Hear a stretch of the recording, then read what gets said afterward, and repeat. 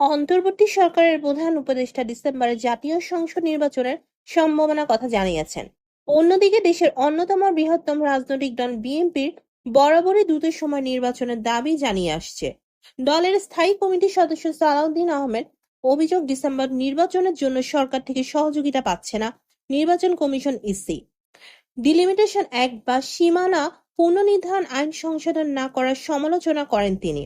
তিনি আরো বলেছেন, সীমানা পুনর্নির্ধারণ আইনে মুদ্রাজনিত ত্রুটি ছিল, সেটিও এখন পর্যন্ত সরকার সংশোধন করেনি। নির্বাচন কমিশন সীমানা পুনর্নির্ধারণ কার্যবলী সম্পাদন করতে না পারলে ভোট বিলম্বিত হবে। এত দ্বারা বোঝা যায় সরকার কমিশনকে কাজ করতে দিচ্ছে না, সহযোগিতা করছে না। এর ফলে নির্বাচন প্রক্রিয়া বিলম্বিত হতে পারে। বিএনপির স্থায়ী কমিটির আরেক সদস্য আমির খসরু মাহমুদ চৌধুরী বলেছেন, হেরে যাওয়ার ভয়ে একটি গোষ্ঠী নির্বাচনের মুখোমুখি হতে চাইছে না। তাহলে শেখ হাসিনার সাথে তাদের ব্যবধানটা কোথায়? এই বিষয়ে বাংলাদেশের লেবার পার্টির চেয়ারম্যান মোস্তাফিজুর রহমান ইরান নির্বাচন ও সংস্কারকে আলাদাভাবে যারা দেখেছেন তাদের মধ্যে অশুভ শক্তি লুকায়িত রয়েছে। তারা নির্বাচনকে বিলম্বিত করতে চায়। ক্ষমতাকে দীর্ঘায়িত একটা মনোবাসনা তাদের থাকতে পারে।